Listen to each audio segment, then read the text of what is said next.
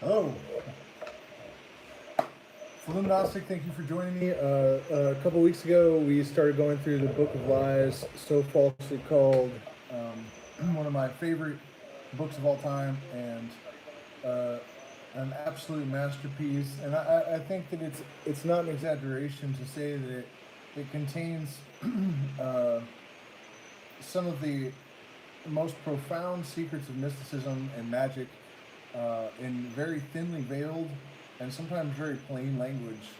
And it's a source of um, continuous growth because as you evolve, you can return to the book and you will be able to reveal or you'll be able to perceive deeper and deeper layers of meaning within the material.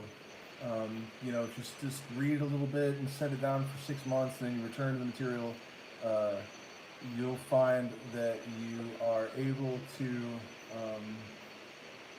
glean a lot more from the book. And so, also, I wanted to thank you guys again for your efforts the other day when we were trying to get on that whitelist. I didn't explain, I just said we failed, but you guys did exactly what I needed you to. It wasn't our fault. The bot, I guess, was laggy, and so we actually succeeded. And I want to thank you guys again for your efforts from the bottom of my heart. But it wasn't, at first I thought that everyone somehow managed to do it incorrectly and maybe failed to go through all the steps. But that's not the case. It was just a laggy bot, and that's what happened there. And so, another thing I want to share with you that is kind of in line with the theme of the Book of Lies and mysticism and magic.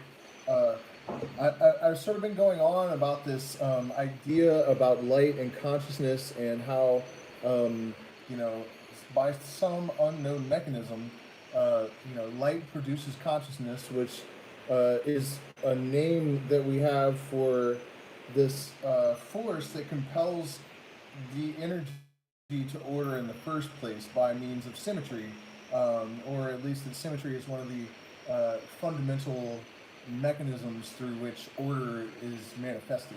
And so I, I had this issue because I felt like, and this is actually something that physicists that are critical of the interpretation of the observer effect as it's presented in the what is it, the double slit experiment, where the photons are fired at slits and recorded by an photoelectromagnetic plate, and then they get waves and they get particle patterns depending upon some unknown variable, which a lot of people have asserted is consciousness somehow influencing the behavior of the particles. And then, of course, other physicists say that that's preposterous, and that it's just the act of measuring somehow the instruments are affecting the outcome. And then there's different ideas about what's going on there. And so, leaning towards the consciousness somehow having a role side of the argument, I, listening to them, say, okay, well, by what mechanism would consciousness compel particles to do anything? And that was a big problem for me. I was thinking, well, I don't really see anything there. And then I thought, okay, one night I was laying in bed a few weeks ago, and I thought, what compels light to move at 160,000 miles per second, or whatever it is? And the answer is what we call electromagnetic energy. And that's still not really totally sufficient answer, but it's a really interesting thing to kind of consider, like, where does the kinetic energy originate that is moving photons at 136,000 miles per second? When you turn on a light switch, it's not like there is like nuclear fission happening in that light. It's just a light bulb. I mean, so you know what I mean? It's not like the sun where there's like this crazy explosive energy that's that could explain the force that the photons are being expelled or projected by. Um, but so it hit me that that is the other part of, we have like the electrical aspect and then the electromagnetic aspect. And so there's more to this puzzle to suss out, but I actually felt kind of dumb, that it took me so long to come up with that piece of the puzzle. And then so, I wanted to offer that to you guys as, I know I've spoken about that already, but I felt like that's a little bit clearer, like, how all that went down and came to pop into me noggle. Okay, and then there's this other bit, right? Because what I'm really trying to communicate with this channel and my general message in life, and the way that I have lived for the last 20 years, and maybe really, my entire life, all and I should make the caveat that although it's not, it doesn't seem to be working at the moment. I don't feel like that disproves anything. I feel like I'm like a star athlete with a broken leg. I mean, it's just shit happens. And I don't want to oversell any ideas. I think that even if you are working in accordance with your highest purpose, and it's true that the universe is an intelligent, conscious entity that can sort of collaborate with you, that's no guarantee. There is still chaos in the universe. And the most complete set of talents and virtues is totally useless in the absence of willpower and discipline. And, even blinking can kill you. I mean, you have to have a constant mindfulness in order to, act in accordance with the impulses that come from that highest self. And you have to have every aspect of your being totally in homeostasis in order to walk the tightrope that is really required to sort of live out your dreams on Earth. But it is possible and it is doable. And, I feel like in my own life, I've demonstrated satisfactorily to myself that kind of magic, that concept of being able to connect with your true will, with your higher self, and to achieve really improbable successes, and to, like Terence McKenna said, to leap off of a cliff into the abyss, expecting to fall into a pile of pointy, jagged rocks and finding a feather bed. That had more or less been my experience, although we do live in an imperfect universe. So it doesn't mean that there aren't going to be snags, difficulties, and even failure.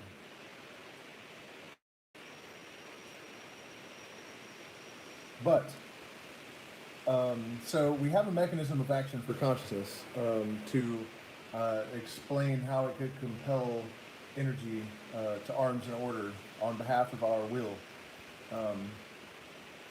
We know that our nervous system, which is what facilitates the action of our will, to move our hand or to blink our eyes or to speak.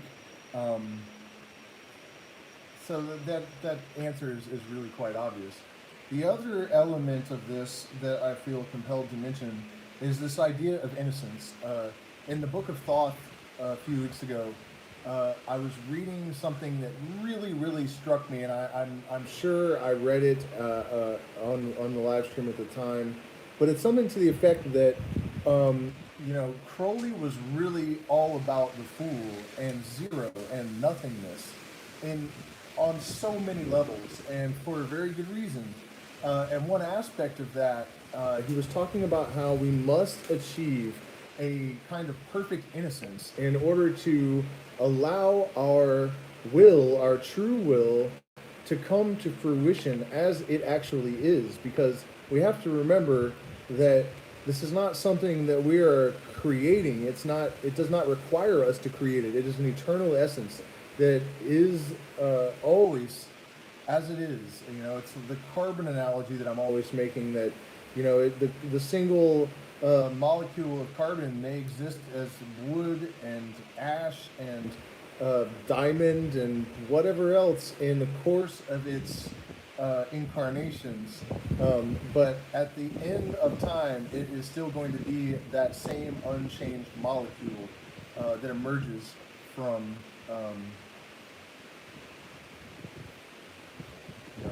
its final phase. And so, in order to allow our true will to come to fruition, we cannot have judgment. We cannot have cultural influence, for example. Like, if you are, if your sexuality, for example, is not able to be expressed without hindrance, like it or not, your creativity and your sexuality are inextricably intertwined, because the creative impulse is very much related to sexuality. These energies are fundamentally the same.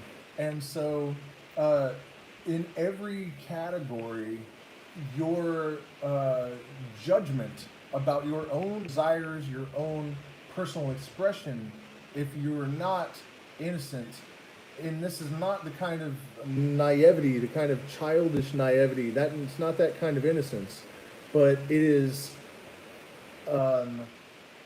the objective to evolve into this consciousness where we are omnipotent, omniscient, and omnipresent without judgment, in order to be able to express our ultimate divinity, to live our Godhead, to realize our divinity and remain human with humility, because ego is another manifestation of judgment to a certain extent. So, and again, Jesus saying that in order to enter the kingdom of heaven, you must be like a little child.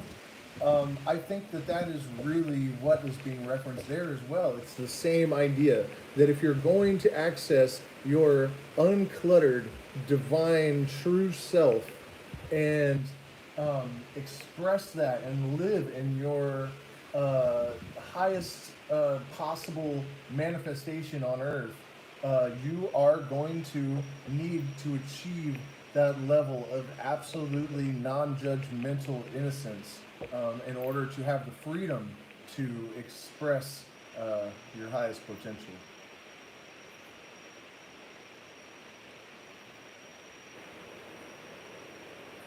So last time we went through a bunch of this. I'll review just a tiny bit. The concept is basically that nothing became conscious, and this is, I guess, the most. This is the best we can do with human language, I think, when it comes to explaining these kind of metaphysical concepts. So, nothing became conscious, and the awareness is what created the division that led to duality. So, knowledge caused the fall, the descent into matter. That is the fundamental concept here. Another thing to bear in mind when you're looking at this material is the idea that everything contains this contradiction. And that kind of statement may seem nonsensical to a degree, but if you really, really, really, really flesh it out, you will be surprised the extent to which you will discover that it is true. And this containing of contradictions can exist in potentiality. It doesn't have to be a present moment sort of manifestation thing. So, for example, steel can become liquid with sufficient heat. Water can cut and become hard. It can also become like smoke and steam. Or water frozen becomes ice, and so its softness is now hardness. So this truth of everything containing its contradiction. What's up, man? Yo, um, is even in these extreme opposites, you can find that it is absolutely true. Truth is self-substantiating, which means that it's always demonstrable, and it's usually demonstrating itself. Um, Really, it's not subject to interpretation. It's just there. Uh, so let's look at the material a little bit. I only have about a half an hour tonight. By the way, my goal tonight is to raise $1,000 in this live stream. Seriously, I'm not going to get into it right now, but my faith in humanity is like, my faith in this community is stronger than ever, because you guys really pulled through for me when I needed to try to get on that white list, man. I was surprised at how many people took time out of their day to try to help us out. But man, we have just been through hell with scammers, and I don't know if you guys noticed, I kept delaying the live stream, and it's because my nerves are so shot from dealing with this stuff. But this metaphysics and the mysticism, I started really chewing through it, and I realized, like, how much how invigorating it is, and also how satisfying it is, because when I was a kid, my entire life I've been convinced that it was possible to extricate the truth from experience, and that this shining of the light would vanquish the demons of religion and culture and oppression and hatred and disharmony. And as I continue my work, and I continue to communicate this to people, and I see the effect and the impact that it has, I am continuously assured that I was correct and that it's happening. And the reality is, though, that in order to keep doing it, I need your support. So please do support us. There's PayPal address, there's Zelle, there's Finance Smart Chain wallet you can send contributions to. We really do appreciate it, and we definitely need it. Okay, so Dewdrops. We may have done this one last time, but I know that I didn't explain this, and I want to now. So, verily, love is death, and death is life to come. Man returneth not again, the stream floweth not uphill. The old life is no more. There is a new life that is not his. Yet that life is of his very essence. It is more he than all that he calls he. In the silence of a dewdrop is every tendency of his soul, of his mind and body. It is the quintessence and the elixir of his being. Therein are the forces that made him and his father and his father's father before him. This is the dew of immortality. Let this go free, even as it will. Thou art not its master, but the vehicle of it. And so this discussion about innocence that I prefaced all this with, this is it relates to this very concisely. So especially this last line, let this go free, even as it will, and it is always capitalized in the text. Thou art not its master, but the vehicle of it. And it is true. It is both true and false to say all these things, and it is true and false to say that they are true and false. Right? Everything contains its contradiction. So you can never speak any more than a half truth. That's why this stuff is all lies. So you are its master, because when you are allowing yourself to not be yourself and to be a hollow tube to bring down fire from heaven, you are its master, but it is also the master of thou. When I have achieved my highest levels, I guess, where I was really walking with knowledge wisely and carrying this power to the fullest extent that I was capable, I was not thinking. I was not. People around me have noticed when I'm in that state that things just happen that are just impossible. These crazy synchronicities. I mean, I've even managed to record them a few times in videos on my channels. If you've really been paying attention, you'll notice there's been some weird shit that has happened, like live. Even the last live stream, man. Sartre. I don't read Sartre, the French philosopher. Uh, the only time anyone has ever asked me about that guy in 3 years I've been doing this was the last live stream, and I happen to have. It's good, man. We're loving the new property. I happen to have one of his books within reach for the only time ever. So I like picked it up and started talking about it, and it was being and nothingness, which is what I have been talking about lately. You know what I mean? And it just happened to be the only book here that I would even think about reading. And I kind of flipped through it, and I thought, well, this is really pedestrian. It's actually kind of frightening that people consider this genius. I mean, I don't mean to be condescending, but I just don't. I mean, I think we've evolved, since that stuff was written, and I don't think that really, Terrence McKenna or Timothy Leary or myself even would really consider that like. It's just kind of, I don't know, whatever. It's not the point, but that kind of thing, man. Where the guy happens to ask me about Sartre, and I just happen to have this book like right off camera. And the 1111 video, like little subtle things like that. The Phoenix Process video where I'm talking about how coincidences involving two 11s, that just thinking about it will cause them. And then when I was editing the video, I discovered that I had said that 1111 right at, if you click on the 1111 marker, I'm saying 1111 right. And I'm talking about how thinking about them causes them to happen. And you can accuse me of editing on purpose, but I'm just not that sophisticated. Plus, the video was shot in 4 different places and out of sequence, so it would have been ridiculous to try to make that happen, or to plan it. It's a 34-minute video or so. It's just dumb to even say that.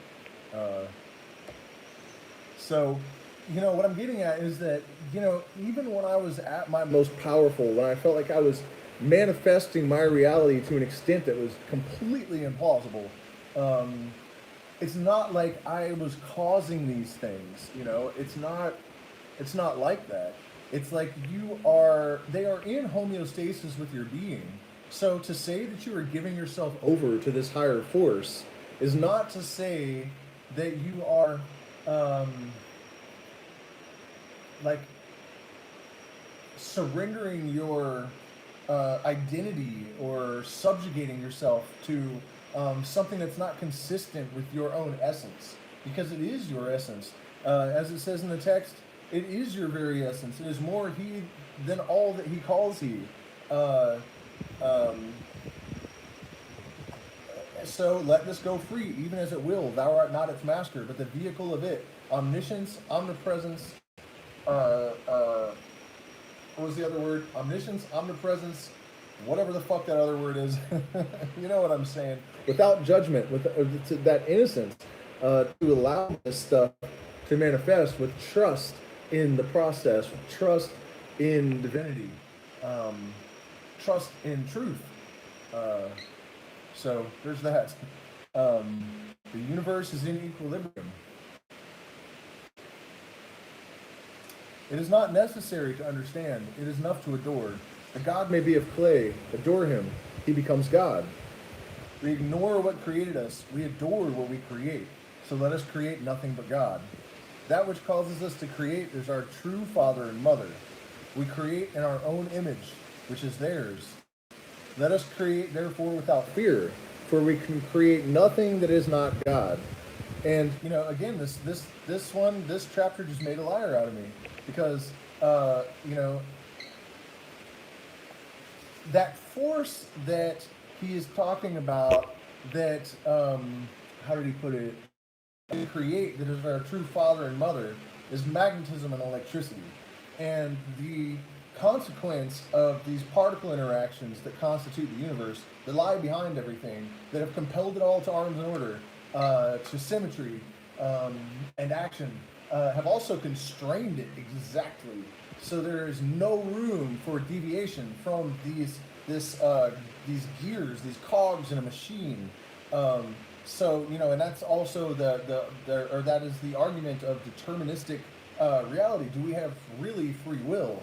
And of course, the answer, as the answer always is yes and no. There is that order, and then there is the space that facilitates deviation from these patterns, or evolution of patterns.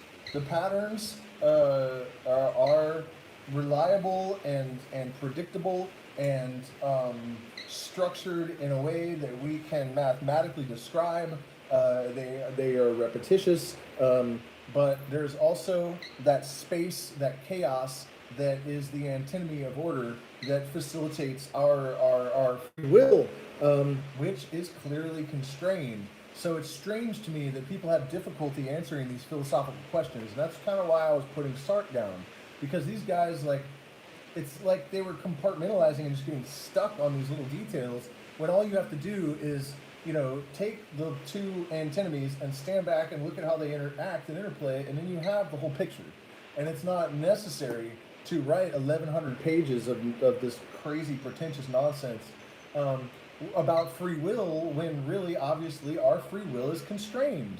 So we have free will, but it's restricted by natural law, it's restricted by circumstance, it's restricted by the interplay of subatomic particles. You know what I mean? It's both.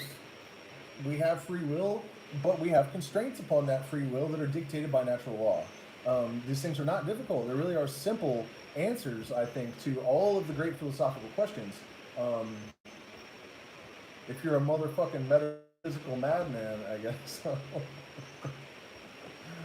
Man, am I just the most ridiculous person ever? I really hope so.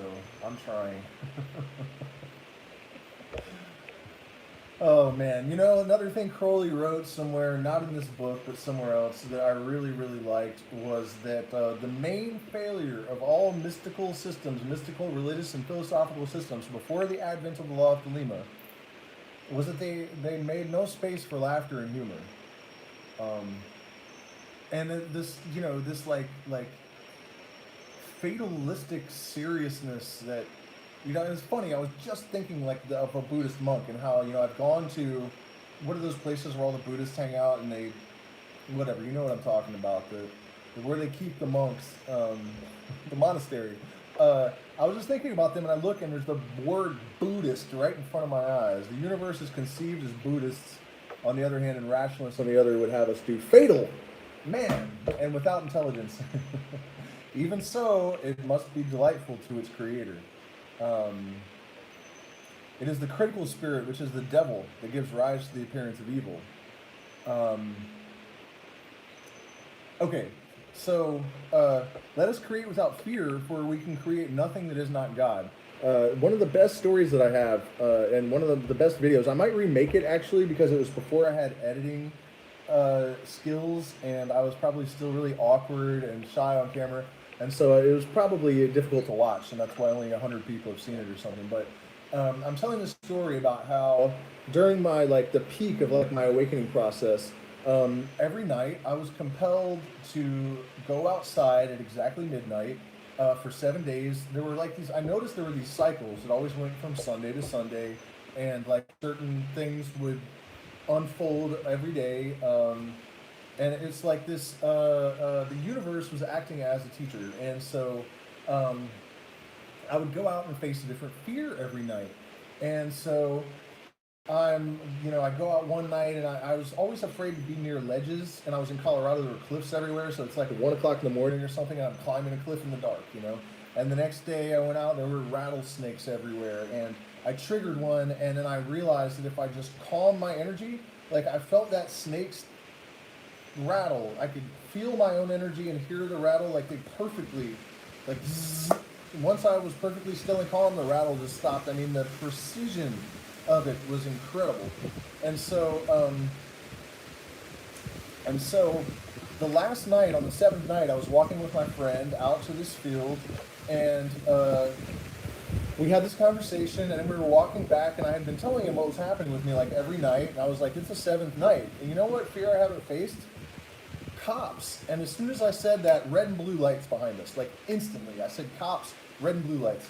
We're in the middle of nowhere, like, I had never seen a cop there ever before, like, we're out in this canyon, and so, you know, there's a lot of details to this to really kind of think through, because if a cop lights you up for no reason, there's a pretty good chance that he's planning to fuck with you, right? So, I was scared for a second, and then I thought, no, you have to demonstrate, because what I had been telling my friend is that if you have no fear at all, then you cannot attract things that will harm you. And but that it has to be absolute. It's got to be like 100% in order for it to actually be like, some like absolutely effective. And so I walked over to the cop's window and leaned in and just started fucking with him, just saying all this crazy stuff. And I mean, I got really ballsy. I said something about like, unless I reach in, grab your gun, or hit you or something, you're gonna have to do a fucking thing, are you? I was telling him that I was high on DMT, even though I wasn't, and that I had DMT in my pocket. I'm like, but you're not gonna do anything about that, are you? And I pointed to my house, and I'm like, that's my house right there. I'm growing pot. I have like 200 more plants that I'm licensed for. The house is right there. And the cop said, oh no, first Ty put his hands behind his head. He's like waiting for the cuffs to come out, and then um, and then at one point Ty realized that I had it, that nothing was going to happen no matter what I did, because I was proving this thing. And so at one point I hear the cop say to me, "Is your friend crawling under my truck?" And I look and I see like Ty disappearing in the front of the cop's truck, and I'm like, "I need you right here, bud." And eventually he just said, "Look, I'm a person. Cop is just a symbol. Can I go?" And I was like, "Are you asking me if you're free to go?" And he's like, "Yes." And the cop drove off all super slow with his lights spinning. Ty's like, "What the fuck was that?" And so there's a lot to extract from that situation. And I think that it's important to remember that it's entirely possible that it was totally just a coincidence. But it's definitely worthy of consideration that synchronicities were a huge theme with us. That, like, we had noticed that you could speak of something or think of something, or and these incredibly improbable coincidences would happen. And that story that I just told you about the cop facing the last of my fears on the seventh night, and the way that all went down, I mean, it was just incredibly insane. So that the reason that I went on that rant is because he's saying, "Let us create, therefore, without fear, for we can create nothing that is not God." And so I think that last line is crucially important, because when I was living in that state, eventually fear crept back into my life and into my being. And I do feel like I'm starting to like reabsorb all of this knowledge that I had at that time before I sort of fell off for the last couple of years.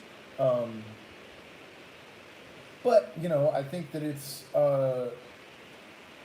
true that it's not that we shouldn't have humility and intelligence and assess danger and shit. That's not what I'm saying.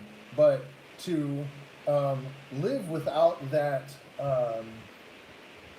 interference pattern in your energetic body that will draw the things that you're afraid of to you is one of the secrets of power. And then I noticed in the commentary, he says, "It is that critical spirit, which is the devil, that gives rise to the appearance of evil."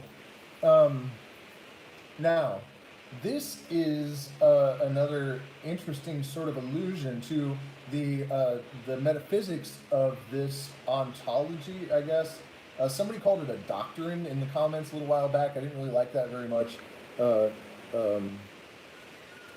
But this idea is that spark of light that was consciousness that broke the nothingness, that divided the original nothingness, which is the only possible unity, because everything contains this contradiction, right? But that spark of consciousness was the devil. And this is also an interesting, I always have to point out that the demonization of Lucifer in this context is literally the demonization of consciousness itself. And I think that as a subconscious message is very much intentional in this myth. But this is not a myth. And so the critical spirit, which is the devil, you could think also about that as critical as in defining. It imposes limitation upon nothingness, which is really the only possible infinite, right? Because as soon as there is anything to break up this nothingness and create a new boundary, there's no infinity. And so, again, everything containing its contradiction. It is this refracting of nothingness, of eternity, into limited configurations that gives us the multitude of things. So it's like limiting itself is what creates the all of the limitless possibilities that distinguish something from nothing. I hope I did a good job of explaining that, because this stuff can be difficult to talk about. Okay, so what else do we have? I really have to be careful because we're going to run out of data. That's one of the reasons I'm really, pushing for support from you guys, because we're on satellite now. So, I mean, we've almost used all of our data for the month in like 2 or 3 days. So, if you guys want these live streams to continue, we really absolutely do need your support. Speaking of the absolute and the condition together make the one absolute. But we're actually going to skip that one because I want to make sure we have time to get to the ones that, okay, this is a good one. The pole star. Love is all virtue, since the pleasure of love is but love, and the pain of love is but love. Love taketh no heed of that which is not, and of that which is. Absence exalteth love, and presence exalteth love. Love moveth ever from height to height of ecstasy, and faileth never. The wings of love droop not with time, nor slacken for life or for death. Love destroyeth self, uniting self with that which is not self, so that love breedeth all and none in one. Is it not so? No? Then thou art not lost in love. Speak not of love. Love always yieldeth, love always hardeneth. May be, I write it but to write her name. It's almost eerie to me the degree to which that was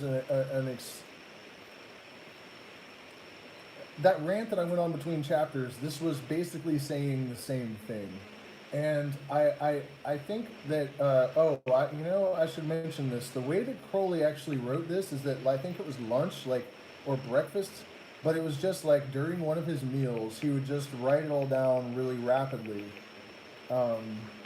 which could be a lie. But I think that this conceptual continuity that is almost too exquisite to believe someone could consciously construct is that he is talking about how we should allow it to express without restriction. I suspect the devil in those details. So, is there really anything to, I mean, yes, okay, love is all the pleasure of love is but love, and the pain of love is but love. But he's also talking about how love destroyeth that which it unites. And I think that the kind of love that the great mystics were talking about when they say the universe is made of love is not that warm, fuzzy human love that we like to think it is. I'm not saying it's not a part of it, but it's not what they're talking about. What we're talking about is that force that binds together, that attracts opposites, this interplay of antinomies that everything is predicated upon. It's just not that kind of like romantic or fuzzy hippy-dippy love. It's just not that. And so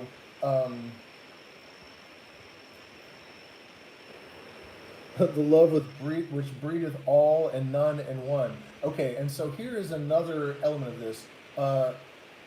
So the legend of the fall, one of the aspects of it that relates to this is that the reason for this consciousness to become conscious and refract the unity and divide it is this desire to experience something instead of nothing. Because in God, in this infinite perfection, in the absolute, it's just this eternal nothingness with no detail, no shadow, no imperfection, no sound, absolutely nothing. Forever and ever and ever and ever and ever. This is the heaven that the Christians are trying to get to. You know, it's just nothing, perfection, forever nothingness. And so this desire to have something other than that, something more than that, was this love, this drive or this will to create. But that love is separation, but then it is also this. It's like the same force that is compelling things to unite. So there's that.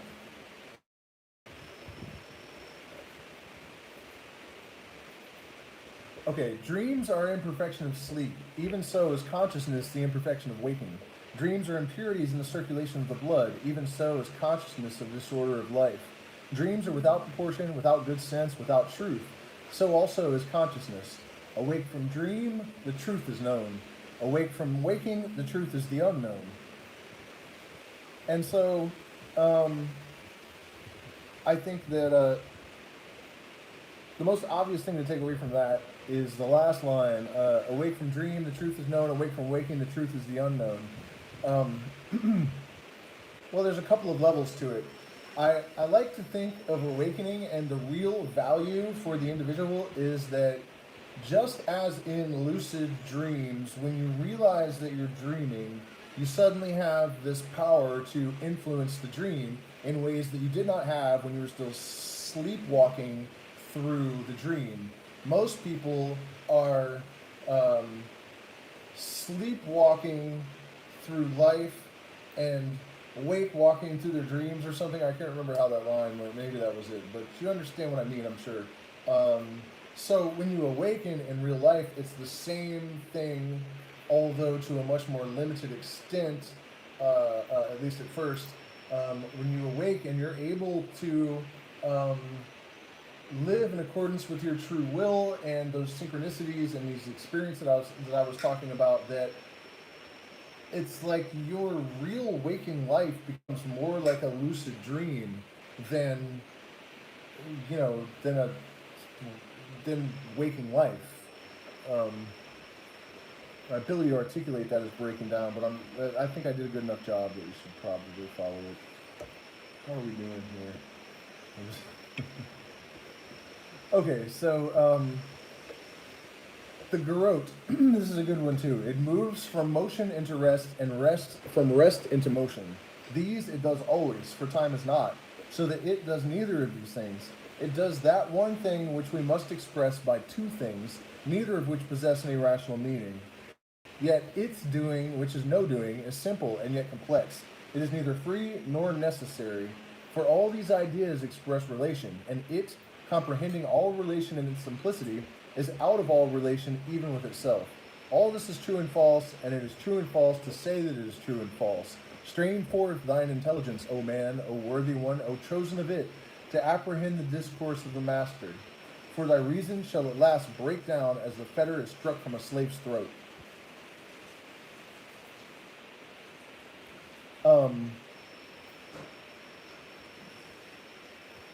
This is something that I missed in my last rant, I guess. When we talk about abandoning reason in the interest of revelation, I think that people misunderstand what that's about. And it actually doesn't mean abandoning reason in that sense. What it really is about is abandoning your own ontological constructs in favor of something that is consistent with the ultimate reality and that is not constrained by the influence of culture and religion and your provisional programming, your indoctrinated cultural goggles are dissolved. And in reality, this process usually does entail a sort of psychotic break or a psychotomimetic kind of episode or period where you are sort of walking a fine line between madness and sanity, and it is not a complete break. I think sometimes it is, unfortunately, and those people don't return to us. But it's this. There are names for it. The dark night of the soul. Although I think that is oftentimes a later part of the process where your identification of your consciousness with the absolute can lead to a sort of existential crisis and a nihilistic sort of breakdown, because your transcendent reasoning has made all of the pleasures of human life seem absurd, and your knowledge of the necessity of antinomies and the absolute and all of this, it just, you just don't see any point to anything. And I mean, honestly, it did totally neutralize me for a number of years. Just the simple fact that opposites create each other was enough to drive me to a sort of existential crisis for a while. But that's what it's meant by to strain forth your intelligence and apprehend in the discourse of the master, for thy reason shall at last break down as the fetter is struck from a slave's throat.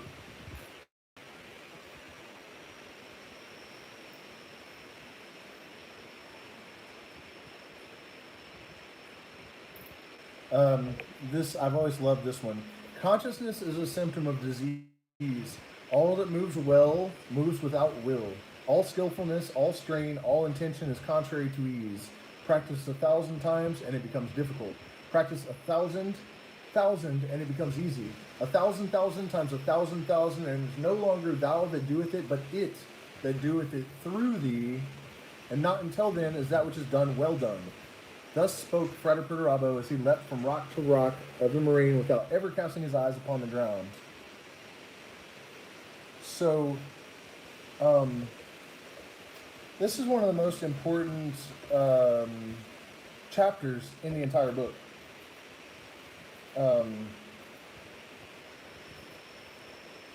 And we're going back to that thing of I am not I. I'm a hollow tube to bring down fire from heaven. I'm a vehicle of it. This transcendent will, this eternal essence, the higher self that we are attempting to contact and to allow ourselves to become avatars of. And, it's not a concern that you're giving yourself over to possession of some other kind of thing, because there is no other thing. There is no God where I am, as Crowley put it. It's just you. The universe is just you. There's nothing to give yourself over to other than your own self. But this is a really great analogy I can make about this idea about how, he's saying, like, practice 1,000 times and it is difficult. Practice 1,000 times 1,000 and it is no longer thee, but it that doeth itself through thee, and not until then is that which is done well done.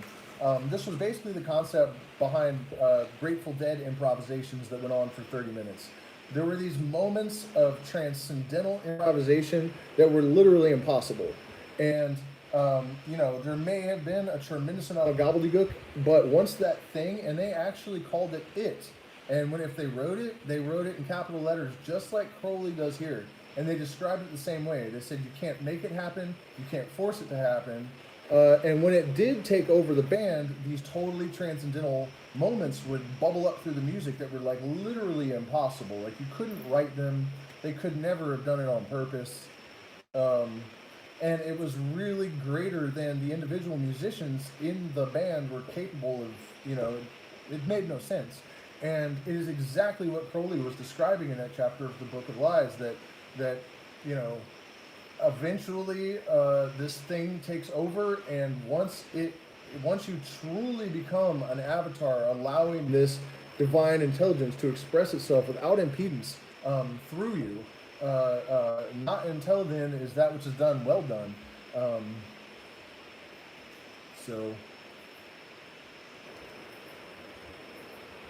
let's see if we can find maybe one or two more, because I think dinner's ready. And like I said, our data, we're on satellite now, and we've almost used all of it already, I think, or more than half of it in a few days.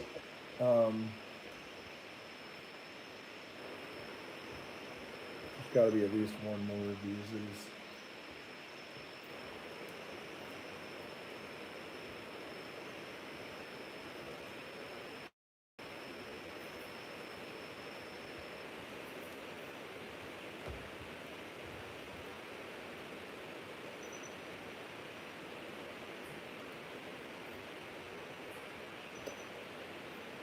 Explain this happening. It must have a natural cause. It must have a supernatural cause. May, might, must, should, probably, maybe. We may safely assume, ought, it is hardly questionable, almost certainly, poor hacks. Let them be turned out to grass. Proof is only possible in mathematics, and mathematics is only a matter of arbitrary conventions. And yet doubt is a good servant, but a bad master. A perfect mistress, but a nagging wife. White is the lash of the overseer. White is black is the watchword of the slave. The master takes no heed. The Chinese cannot help thinking that the octave has 5 notes. The more necessary anything appears to my mind, the more certain it is that I only assert a limitation. I slept with faith and found a corpse in my arms on awaking. I drank and danced all night with doubt and found her a virgin in the morning. We now, for the first time, attack the question of doubt. The attitude recommended is skepticism, but skepticism under control. Doubt inhibits action as much as faith binds it. Doubt inhibits action as much as faith binds it. All the best popes have been atheists, but perhaps the greatest of them remarked, quantum nobis prodest fabula Christi. I honestly don't speak Latin, so I don't know what that means. The ruler asserts facts as they are.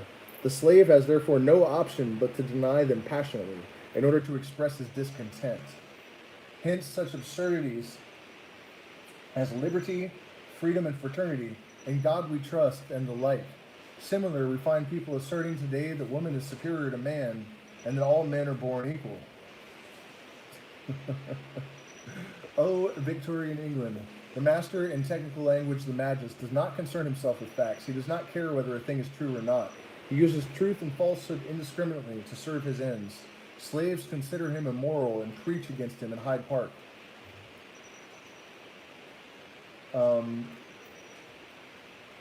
Man, there's some regrettable stuff in the commentary there, I guess, but it must have a natural cause. Another version of this, you explain this happening, it must have a natural cause, it must have a supernatural cause, and then he says, let these 2 asses be set to grind corn. All of these things are true and false, and it is both true and false to say that they are true and false. The real message of this is about compartmentalizing, believing things absolutely, remaining in a state of open-minded skepticism, and